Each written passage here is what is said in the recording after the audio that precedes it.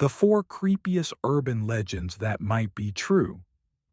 You ever hear a story that just sticks with you? Like, it's probably just some creepy urban legend, just a fun little ghost story meant to scare kids.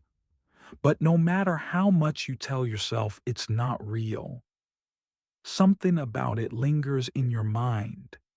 Maybe it's because the details are too specific. Maybe it's because people swear they've seen it firsthand. Or maybe, just maybe, it's because a part of it is real. And that's what we're talking about today. 4 of the creepiest, most unsettling urban legends out there. Stories that aren't just terrifying, but have enough eerie details, strange coincidences, and real-life connections to make you wonder, what if? So sit back, turn the lights down, and remember, just because it's a story doesn't mean it couldn't happen. Story 1. The Black-Eyed Children, the strangest knock at your door. All right, let's set the scene.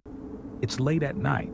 You're home alone. Maybe you're watching TV, scrolling through your phone, just unwinding after a long day. Then, knock, knock, knock. Now, normally, this wouldn't be weird. Maybe it's a neighbor. Maybe it's a delivery guy at the wrong house. But something about this knock feels off. You go to check, and standing outside your door are 2 kids. They're wearing hoodies, maybe outdated-looking sweaters. Their skin is pale, almost sickly, and they're just standing there, too still. Then one of them speaks. "We need to come inside." There's no emotion, no explanation, just those words like a command. And that's when you notice it. Their eyes, completely black, no whites, no pupils, just endless darkness like 2 holes punched into their faces. And every instinct in your body is screaming, do not let them in. The first reported encounter. Now, this isn't just some random ghost story. It exploded into public consciousness in 1996 when a Texas journalist named Brian Bethel shared his experience online. Bethel claimed he was sitting in his car one night when 2 kids approached his window. They said they needed a ride home, but something about them felt off. Their speech was strangely formal, almost robotic. Then, when Bethel finally looked at their faces, he realized their eyes were completely black. An overwhelming sense of dread hit him. He didn't know why, but he knew. If he let them into his car, something terrible would happen. And then, one of the kids said something that sent a chill down his spine. "We can't come in unless you say it's okay." That was it. He slammed his car into reverse and got the hell out of there. Other real-life encounters. Since Bethel's story, people all over the world have reported similar encounters. Black-eyed kids knocking on doors, appearing at car windows, even showing up in parking lots, and they always say the same thing, "Let us in." The creepiest part? People who claim to have let them in, few as they are, report feeling sick, dizzy, or experiencing terrifying bad luck in the days that followed. Some even died mysteriously soon after their encounter. So what are they? There are a lot of theories. Some say they're ghosts. Others think they're demons. A few even believe they're vampires. Because, just like in vampire lore, they can't enter unless they're invited. But whatever they are, one thing is clear. If you ever hear a strange knock late at night and you see 2 kids standing outside your door, do not let them in. Story 2. The Russian Sleep Experiment. When science goes too far. Let's go back to the 1940s. World War II had just ended, and tensions between world powers were rising. The Soviet Union, known for its brutal and secretive experiments, was obsessed with pushing the limits of human endurance. And this is where the legend of the Russian sleep experiment comes in. According to the story, a group of Soviet scientists devised a radical test. They wanted to see what would happen if humans were forced to stay awake for days, even weeks, without rest. Why? Because if they could create sleepless super soldiers, warriors who could fight without the need for rest, the USSR would have an unstoppable advantage in war. But the experiment didn't just fail. It became a nightmare. The experiment begins. 5 prisoners, political dissidents, were selected as test subjects. These were people the Soviet government had already condemned, so to the scientists, they were expendable. They were placed inside a sealed, windowless chamber with only a two-way mirror for observation. To keep them awake, the scientists pumped the room full of a brand new experimental stimulant gas. At first, things seemed fine. The prisoners talked normally, laughed, and even sang to keep their spirits up. But by day 3, things started to change. They grew restless, paranoid. Their conversations turned dark. Whispered voices started echoing through the room at night. By day 5, their behavior had become disturbing. They stopped talking to each other entirely. Some just sat motionless, staring at the walls. Others whispered to themselves, long, rambling monologues about the horrors inside their minds. And then, on day 9, the screaming started. The descent into madness. One of the prisoners began shrieking uncontrollably. He ran around the room, clawing at his own skin, tearing at his face until his vocal cords literally ripped apart. The others didn't even react. Instead, they did something far worse.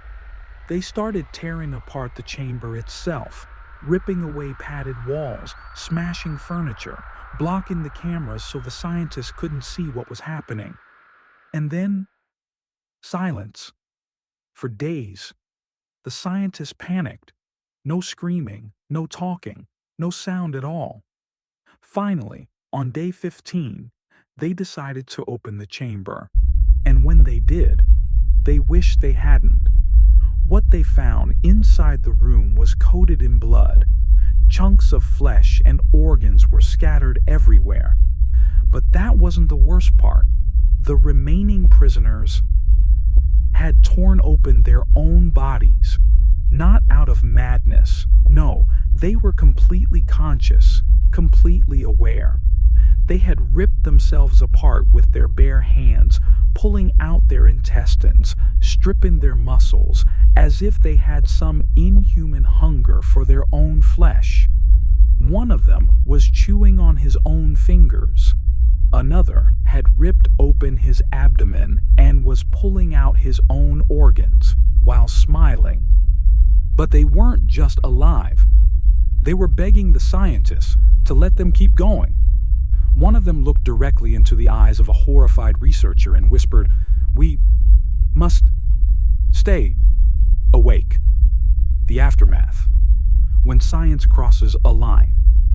The scientists, terrified beyond belief, ordered the experiment shut down immediately. Armed guards were sent in to forcibly remove the prisoners. But the second they stepped into the chamber, the prisoners attacked.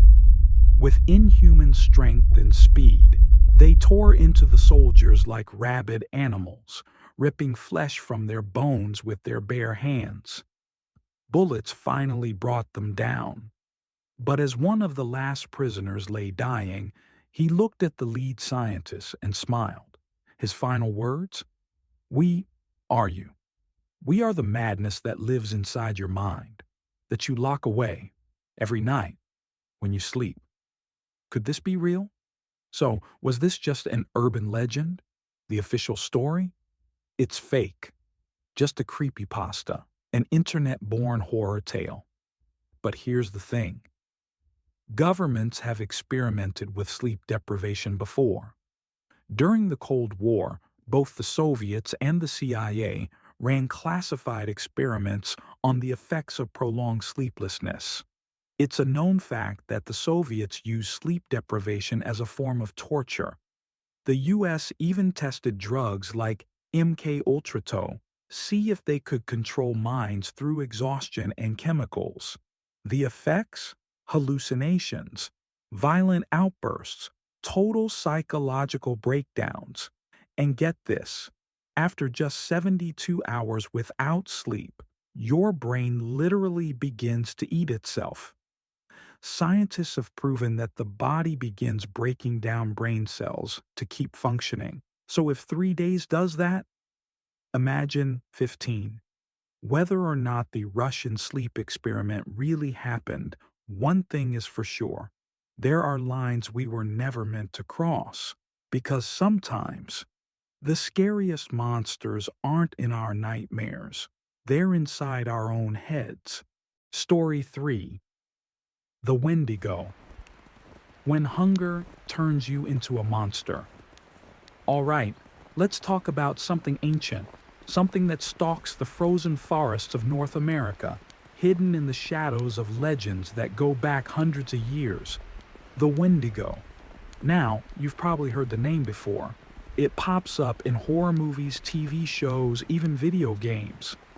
But let me tell you, those watered-down versions, they don't do justice to how truly terrifying this legend really is.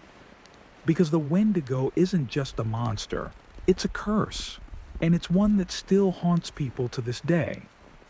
The legend of the Wendigo, a hunger that never ends. So here's the deal. The Wendigo comes from indigenous folklore, especially from the Algonquian-speaking tribes, Ojibwe, Cree, and Innu. For centuries, their elders have warned about a terrifying creature that lurks deep in the winter forests. A Wendigo is what you become when you give in to cannibalism. Picture this. It's the dead of winter. A blizzard rages outside. You and your family are snowed in, trapped with no food, no help coming. You're starving. Days go by. The hunger eats away at you. And then someone dies. The moment you take that first bite of human flesh, something happens. You feel this horrible, unnatural transformation. Your skin turns gray and stretched too thin over your bones. Your eyes sink into your skull, hollow and black. Your lips rot away, exposing your jagged teeth. And worst of all, no matter how much you eat, you're always starving. The Wendigo is pure hunger. It never stops. It never gets full. It just devours, devours, devours. And once it gets a taste for human flesh, it hunts for more. The first real Wendigo cases. Now, you might be thinking, okay, cool, creepy myth. But let me tell you, there are actual Wendigo cases recorded in history. Back in the 1800s, deep in the Canadian wilderness, there was this Cree trapper named Swift Runner. He was a normal guy, a hunter, a family man. But one winter, something happened. His entire family disappeared. And when the authorities went to investigate, they found Swift Runner alone in his cabin. And they found bones, human bones, and not just bones. Some had been cracked open, and the marrow sucked out. The dude had eaten his whole family. When they arrested him, he didn't beg for mercy. He didn't even try to deny it. Instead, he told them the Wendigo had taken over him. He said it had whispered to him, gnawed at his mind, told him to eat. Now, whether you believe in curses or not, that case is real. He was executed in 1879, but to this day, people say his spirit never left. Modern sightings. Is the Wendigo still out there? Here's the freaky part. Even now, people claim to see Wendigos in the forests of Canada and the northern U.S. hunters, hikers, even truck drivers on remote highways. They report seeing tall skeletal figures with rotting flesh, hollow eyes, and mouths too big for their faces. Sometimes it's watching from the trees. Sometimes it's whispering their names. And sometimes they hear something moving, fast, on all fours, right behind them. The truth behind the legend. Now, some people say this legend was actually a warning, a way for indigenous people to teach their children why cannibalism is never an option. Because once you do it, you lose your soul. Others think it's a psychological phenomenon. There's actually something called Wendigo psychosis, a real disorder where people start obsessing over human flesh, even if they've never eaten it. But whatever the explanation, if you're ever out in the woods, in the dead of winter, and you hear a voice calling your name from the trees, do not answer, because the Wendigo is always hungry. Story 4. Polybius, the haunted arcade game that vanished. Alright, this one is for my gamers out there. Imagine this. It's the early 1980s. You walk into a smoky arcade, neon lights flashing, coins jingling in your pocket. Kids are crowded around Pac-Man, Donkey Kong, Galaga, all the classics. But tucked in the corner, there's a new game. A game no one has ever heard of before. It's called Polybius. And the second you play it, something feels wrong. The game that shouldn't exist. So the story goes, Polybius showed up in a few arcades in Portland, Oregon in 1981. It was weird. No one knew who made it. No advertisements, no branding, just this plain black cabinet with a strange glowing title screen. And when kids played it, they got addicted. I mean crazy addicted. Kids were fighting over turns, skipping school just to play. Then the side effects kicked in. Some reported dizziness, nausea, and night terrors. Others said the game would flash subliminal messages like obey, surrender, consume. And some, they just blacked out. One kid allegedly had a seizure and died. And then, just as mysteriously as it appeared, Polybius vanished. Men in black? Government experiment? Here's where it gets even freakier. People claim they saw men in black suits, government types, coming in at night, opening up the Polybius machines, pulling data from them like they were collecting research. Then, one day, every single Polybius cabinet was removed, just gone, like it never existed. So, was it real? Now, officially, there's no proof that Polybius was a real game. No surviving cabinets, no official records. But here's the thing.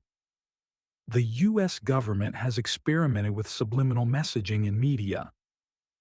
During MK Ultra, they tested ways to control people's minds. And in the 80s, the CIA actually admitted they looked into using video games to influence players. So was Polybius part of some secret experiment?